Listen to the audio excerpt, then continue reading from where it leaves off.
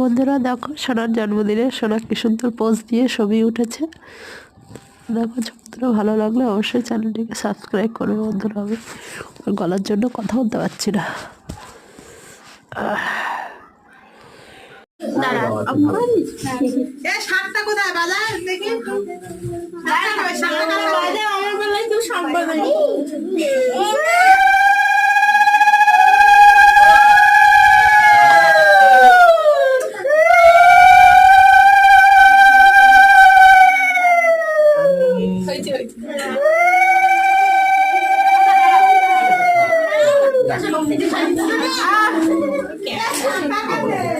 বোকা